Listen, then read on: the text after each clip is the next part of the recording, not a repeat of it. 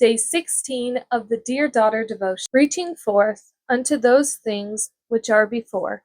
Philippians 3:13. A little girl was so happy that she went bouncing in circles around the kitchen. "Why are you so happy?" asked her daddy. "Oh, I am happy because Grandma is coming today," crowed the little girl. What caused the child's rejoicing? Expectancy. Little children are good at that. They are always filled with the sense of expectancy, their eyes wide open for the next good thing life deals out to them. Dear daughter, as a believer in Jesus, we may live every day of our lives in a state of expectancy. The Apostle Paul did. In his life, there was always a beyond, always something new awaiting him. After a lifetime of preaching Christ's gospel, Paul could have thought he knew all there was to know about Jesus. But no, here in Philippians, one of the last letters he wrote, Paul is still longing to know Jesus better, that I may know him. He yearns. The resources of Jesus are infinite. His riches are unsearchable.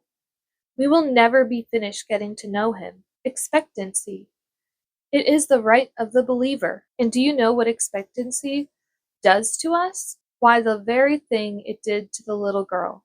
It makes us happy. The constant expectancy of Paul was one reason why he could rejoice always. I count not myself to have apprehended. Philippians 3:13. Day 17 of the Dear Daughter devotion. Couldst not thou watch 1 hour? Mark 14:37. 1 hour is not a very long time, is it? Just 60 small seconds, each of which flies by like the wind. We tend to spend the hours of our life freely giving them away to this cause or that. An hour spent talking with a friend, an hour in the garden, an hour to write a letter. Hours are plentiful. How easily they are gone. Only 1 hour. That is what Jesus asked of Peter in Gethsemane.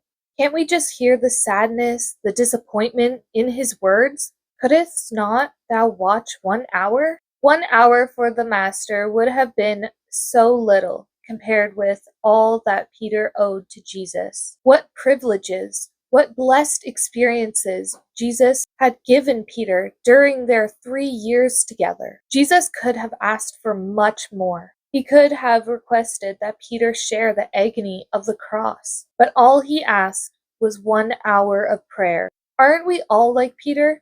We owe Jesus so much. Were it not for his grace, we would be dead in sin. Just as Jesus did not make a great demand upon Peter, so also he asks only a little of us, only that we watch and pray. Yet just like Peter, we too often fail. The spirit truly is ready, but the flesh is weak. Mark chapter 14, verse 38.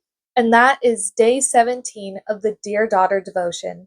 Day 18 of the Dear Daughter devotion. I command that the gates should be shut.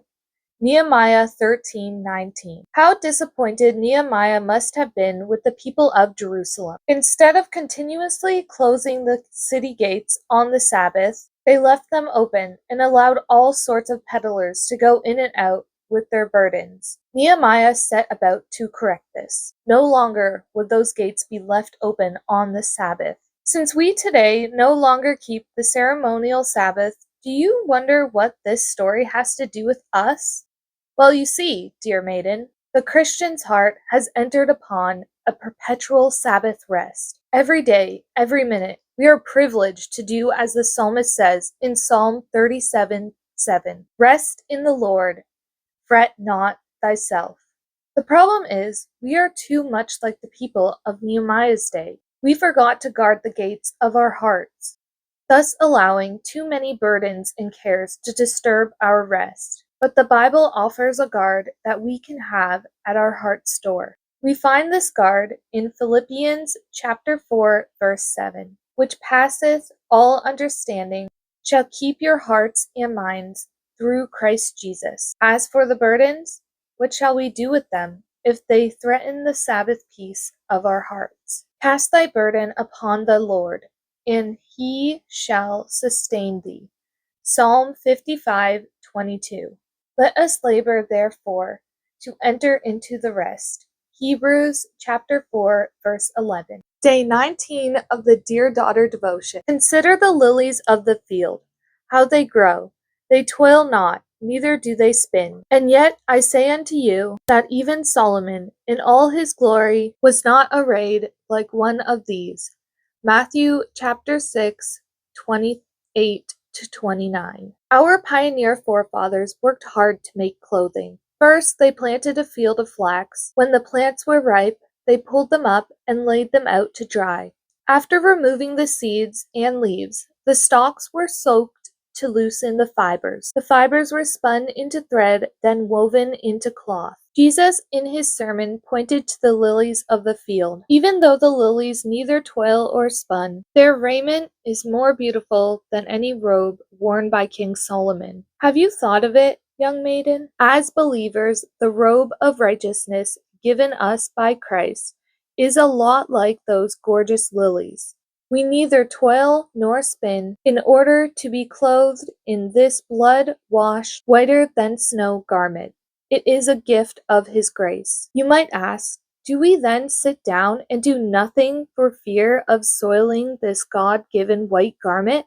Of course not. The very faith that grants us this glorious robe has planted within us a new, vigorous life that cannot be idle. If our robe becomes soiled through sin, the blood of Jesus is always available to wash it pure white again. Wash me, and I shall be whiter than snow. Psalm 51, verse 7. Day 20 of the Dear Daughter devotion. His ears are open to their cries. Psalm chapter 34, verse 15. One day the ladies of the church gathered for a quilting. No less than 15 preschoolers came with their mothers. Soon all the toddlers were busily playing on the porch and the lawn. A happy babble of children's voices floated in through the window. The women, meanwhile, were busy too, quilting and talking. Suddenly one mother jumped to her feet and headed for the door. I hear my boy. Something must have happened to him. Those children on the lawn raised quite a jumble of noise. How could that mother have noticed that her child was in distress? A mother's ears, it seems, are tuned to her child's voice. Do you sometimes picture God in heaven, with all the prayers of the world rising in confusion to Him? Do you wonder how He could possibly hear your little prayer or mine? But like a mother whose ears are always tuned to the voice of her child, He will hear us, regardless whether our cry is feeble or faint, or mournful or joyous. It will not slip unnoticed past our Heavenly Father's ears.